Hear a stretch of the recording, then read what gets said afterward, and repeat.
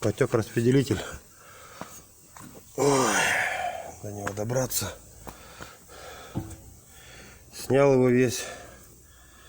Заказал вот эти колечки. Думал, может, где под штуцером. А заодно и их обновлю. А вот она. Заглушечка. А вот здесь заглушка стоит. И на ней лопнуло кольцо. Поменяю кольцо.